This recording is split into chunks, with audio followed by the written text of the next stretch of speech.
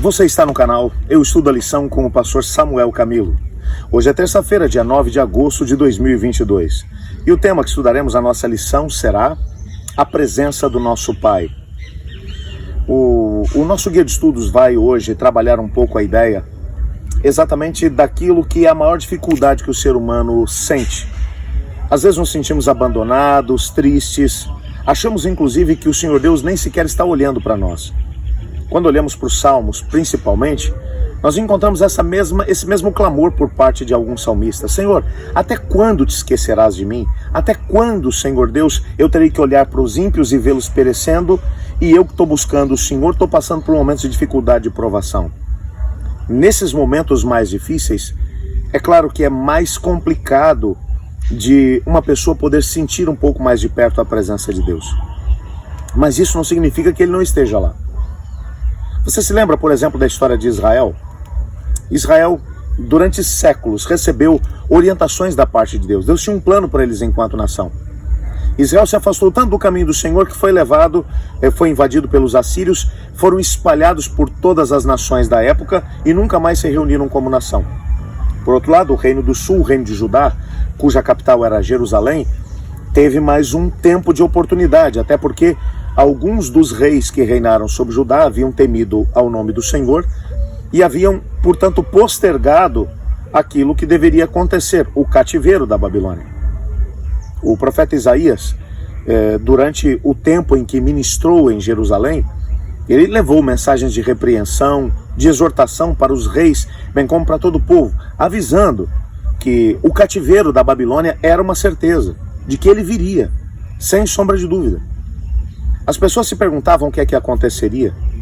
Isaías, ele mencionou que o Senhor Deus os traria de volta do cativeiro. Mas as pessoas se preocupavam muito com esse tempo que deveriam passar por lá. Eles não sabiam exatamente quanto tempo seria.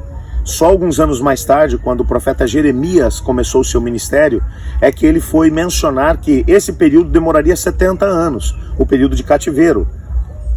Entretanto, o profeta Isaías ainda mencionou a glória que Deus traria para Jerusalém na reconstrução da cidade. Muitas foram as preciosas profecias feitas sobre a restauração que Deus queria fazer com o seu povo. Mas a pergunta do povo ainda era: mas e quando a gente estiver no cativeiro, como é que vai ser isso? E o Senhor Deus mostrou através de Isaías, mas mostrou posteriormente também através de Ezequiel de uma forma muito mais ampla, que Deus não apenas enviou o seu povo para o cativeiro, que Deus foi com o seu povo para o cativeiro. Nos 70 anos em que o seu povo estava na Babilônia, Deus estava com eles. Alguns deles não sentiram a presença de Deus. Mas se eles não sentiram a presença de Deus, isso não significa que Deus não estava lá. Significa que muitos deles estavam longe do caminho do Senhor. Mas pense, por exemplo, em Daniel, Ananias, Misael e Azarias. Indivíduos que tomaram a decisão de ser fiéis a Deus, custasse o que custasse. Esses indivíduos, apesar de estarem na Babilônia, eles sentiram Deus mais de perto. Mas será que Deus estava mais perto deles do que dos outros? Não, Deus estava perto de todo o povo. Esses indivíduos sentiram a presença de Deus mais de perto porque se posicionaram ao lado de Deus, porque buscaram a presença de Deus.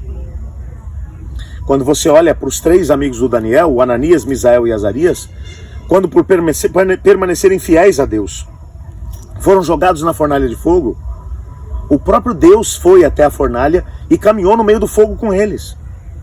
O que nos mostra de forma clara que Deus estava com o seu povo. Assim como ele esteve com Israel enquanto eles estavam no cativeiro, você pode ter a certeza de que mesmo que você esteja enfrentando vales escuros e sombrios, mesmo que você esteja atravessando o vale da sombra da morte, Deus nunca te abandona. E Ele está aí contigo. É Ele mesmo quem, nesse momento, segura a sua mão, mesmo que você não sinta isso.